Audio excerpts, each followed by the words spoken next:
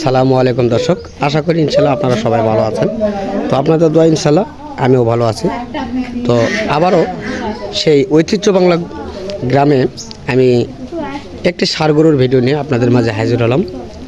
তো অতি সুন্দর একটি ষাঁড় গরু।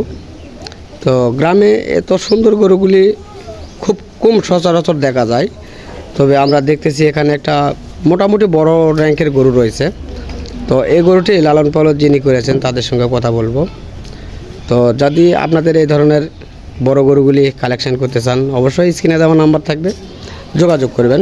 তো চলুন আমরা চেষ্টা করব এই গরুর বিস্তারিত জানার জন্য আজকে।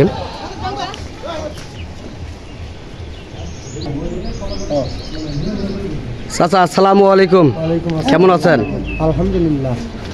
তো ইনশাল্লাহ সর্বপ্রথম আপনার পুরো ঠিকানাটা যদি জানাইতেন। আমার ঠিকানা জয়পুরহাট জেলা আক্কেলপুর থানা, জালালপুর গ্রাম, জালালপুর মধ্যপাড়া গ্রাম। তো জয়পুরহাটে যদি কেউ আসতে চায় তাহলে আপনার এখানে কত কিলোমিটার দূরত্ব হতে পারে? আনুমানিক 11 কিলোমিটার। 11 কিলোমিটার দূরত্ব হতে পারে, তাই না? জয়পুরহাট থেকে জামালগঞ্জ 4 মাথা 8 কিলো, আর জামালগঞ্জ থেকে আমাদের জালালপুর আসতে লাগে 3 কিলো। 3 কিলো। তো ইনশাল্লাহ আপনার ফোন নাম্বারটা বলেন। 0162 0162 629 629 17 28 12 17 28 12।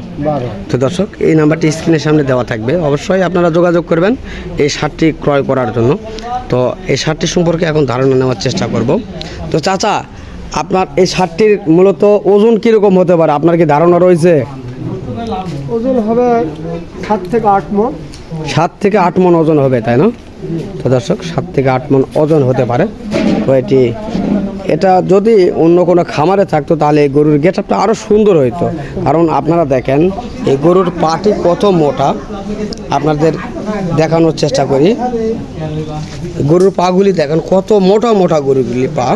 তো এই ধরনের গরু যদি কোনো বড় খামারে থাকতো তাহলে আরও অনেক সুন্দর হতো, আরও অনেক মোটা তাজা হইতো। তো দেখেন, তারপরেও গ্রাম বাংলায় অনেক সুন্দর করেছে। আমাদের গ্রাম বাংলায় এর চেয়ে ভালো কোয়ালিটির গরু হয় খুব কম, সচরাচর দেখা যায় না। কেননা গ্রাম বাংলা আমরা কৃষি নিয়ে পড়ে থাকা নিয়ে ব্যস্ত থাকি। তো তার মাঝেই এগুলি গরু আমাদের মা বোন পালন করার চেষ্টা করে। তো চাচা, মূলত এই গরুটি লালন পালন করেছে কি আপনি করেছেন না চাষি করেছে? চাষি করেছে, তাই না? তো দর্শক, এটাই হলো আমাদের গ্রাম বাংলার একটি প্রথা। তো আমরা কৃষি নিয়েই আমরা ব্যস্ত থাকি সর্বক্ষণ মাঠে ঘাটে। তবে আমাদের মা বোন যারা, তারা এই ধরনের গরুগুলি লালন পালন করে থাকে। এটা একটা বাড়তি কামাইয়ের আশায় তারা বা আমরা করে থাকি। তো চেষ্টা করব জানার জন্য। তো কাকা, এখন বর্তমান আপনার এই গরুটির কেমন দাম চাচ্ছেন? 2,50,000 চাচ্ছেন, বাটার দাম ফিক্স চাচ্ছেন আপনি, তাই না? তো দর্শক, 2,50,000 টাকা চাচ্ছে। তো চাচা, যদি আমার ভিডিও দেখে কেউ আসে, কিছু সাশ্রয় দেওয়া যায় না? অবশ্যই কিছু, হয়তো দূর জায়গা থেকে আসলে অবশ্যই কিছু তাকে ছাড় দিতে হবে। ছাড় দিবেন আপনি, তাই না? তো দর্শক, যদি কেউ দূর থেকে আসেন এই ধরনের ষাঁড়গুলি ক্রয় করার জন্য, অবশ্যই আপনাদের মাঝে তারা কিছু ছাড় দিয়ে দিবে ইনশাল্লাহ, আমরা শুনতেছি।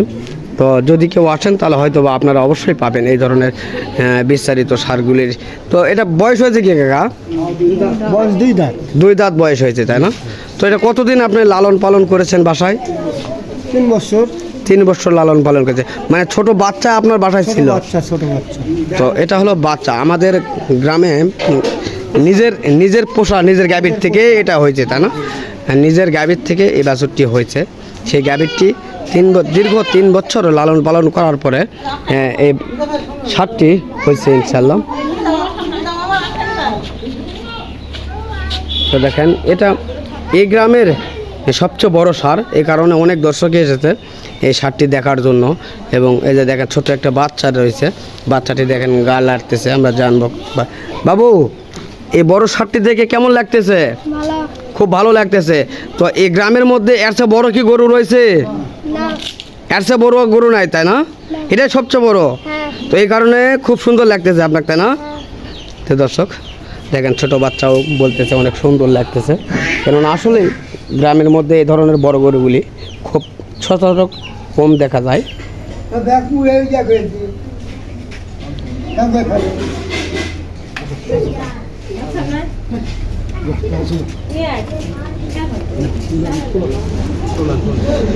তো ইনশাল্লাহ এই গরুটি আমি আপনাদের মাঝে দেখানোর চেষ্টা করলাম এবং দাম জানানোর চেষ্টা করলাম।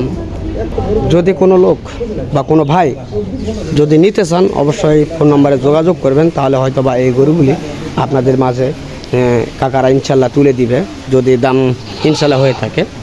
তো আজকে বেশি কথা না বাড়াই, দেশ ও প্রবাস থেকে যে সকল ভাই ও বন্ধু আমার এই সকল কন্টেন্টগুলি দেখতে ভালোবাসেন, তো তাদেরকে আমার ইউটিউব চ্যানেলের পক্ষ থেকে আন্তরিক শুভেচ্ছা ও ভালোবাসা। তো ইনশাল্লাহ আগামীতে আপনাদের মাঝে আবারও দেখা হবে। ততদিন আপনারা সুস্থ থাকবেন, ভালো থাকবেন, এই আশা প্রত্যাশা করে আজকে আমি আপনাদের মাঝ থেকে বিদায় নেব। খোদা হাফেজ।